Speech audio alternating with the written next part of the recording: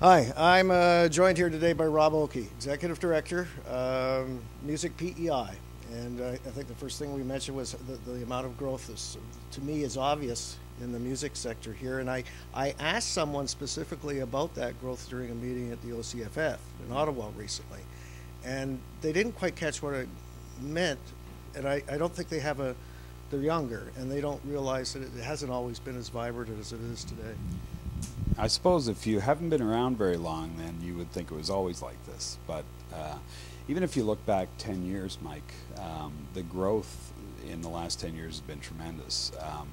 10 years ago, you might have had maybe four artists who were touring outside the region. Today, there's probably close to 24. So in that short a time, that's pretty amazing. And you've been behind a lot of that as the head of Music PEI and Music PEI in general. Yeah, the association actually started as the Music PEI, or the Prince Edward Island Music Awards Association in 2001. And so we just had our 10th annual award show this past January. But then we became a full-time music industry association in late 2007, early 2008.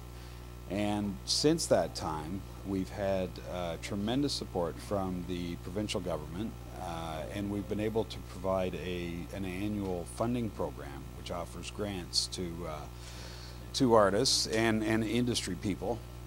So in the past 4 years, we've had over $400,000 in grants distributed to the music industry here in PEI.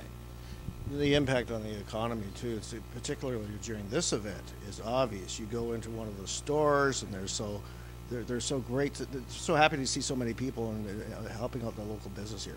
I couldn't help but notice that the liquor store's even staying open a little late this week. Well, yeah, they'd be a little bit consumed this week, I'd say. But no, it's great. An event like this, in the middle of April when there's really not a whole lot going on otherwise, this is tremendous for the economy. But I think on an ongoing basis throughout the year, we're seeing a big contribution now from the music industry here that just wasn't here, like I said, 10 years ago. Yeah. You've got this other event that you're involved in, sort of to some extent, next month, the festival, the arts festival. The Island Media Arts Festival, yes, we're hosting the opening reception, and really it's just a large celebration of a lot of the arts, media arts that go on throughout the year. And so at the reception, we're going to be showing videos from Music PEI members, music videos. My dealings with Music PEI in the past have been absolutely superb. Anytime I contact the office or need anything, I appreciate it as a business person, and wanted to extend my thanks for that and congratulate you on what's happening in PEI, because I think it's pretty incredible, because I've been around a few years and I know it hasn't always been like this, that's for sure. Well, when you look back again 10 years ago, I kind of use that as a benchmark. The touring artists would have been mostly Celtic fiddle players, Richard Wood, people like that, Barishois. Today it covers everything, and especially the indie, pop, rock, and folk. People like Catherine McClellan, touring all over the world now. 2 Hours Traffic was in Australia twice in the past year, and in India, Berlin, New York. Paper Lions have been to China, and it's an explosion, really. And like I said, the numbers are just continue to grow, and it seems like every time you turn around, there's a new band coming up.